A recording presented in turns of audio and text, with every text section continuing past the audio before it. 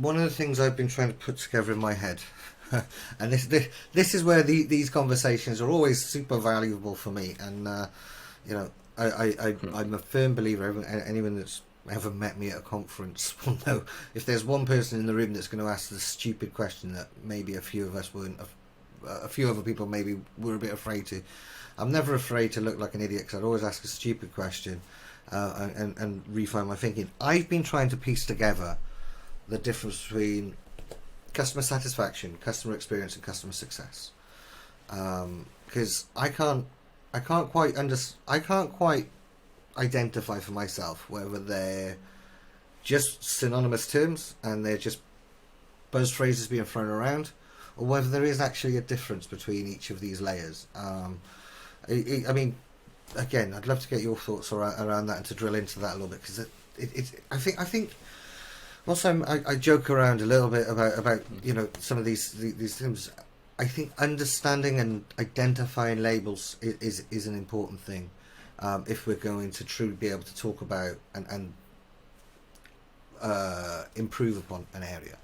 So if we don't understand the difference between CSAT and customer success, then it's going to be very, very hard for those watching this episode, as they go out and they're challenged to do that, which they almost invariably will be. And I see customer success managers appearing, but I don't really know where the difference lies, and if it's just a slight linguistic change. That's really interesting, because operational 10 years ago, I don't know change. how So many I'd love to get your thoughts on that, customer success managers you could find on LinkedIn, but these days they're all over the place.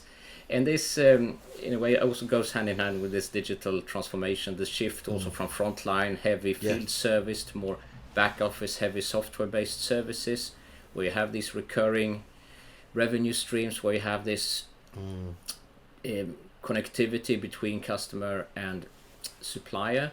And I would say that, well, customer satisfaction is one of those.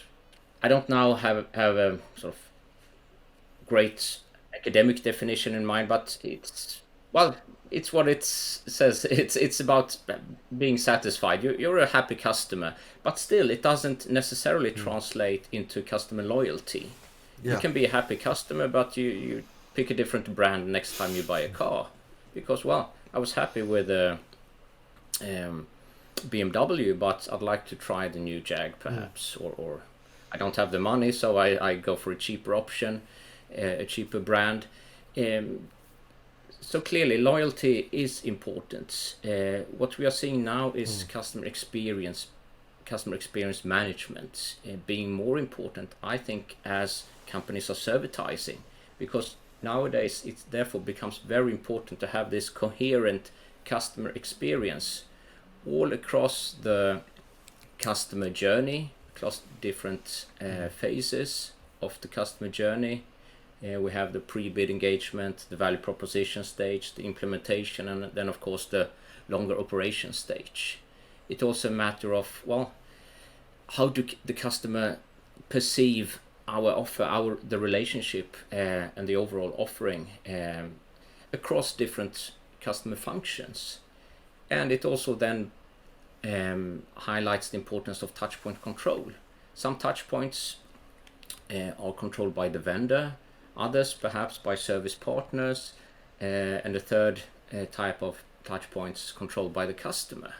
And how do all these dynamics transform into a consistent customer experience that we want to communicate? So to me, that's what customer experience management in business to business is about. And customer experience usually is defined as a type of multidimensional construct that focuses on the customer's cognitive, emotional, behavioral, sensorial, and social responses to the offerings you have, and also to the actions that you take.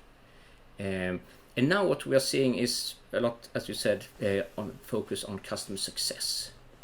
We see also in this case software companies have been the first one, I think, to pick up on this, and others have followed. And it's really about ensuring that customers fully gain the value promised over the period of a contract. typically traditionally a subscription contract if we talk about these software models, but it could also be more of a traditional service contract.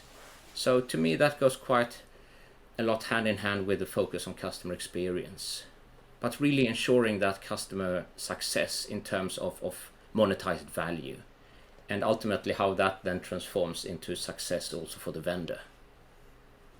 Was that so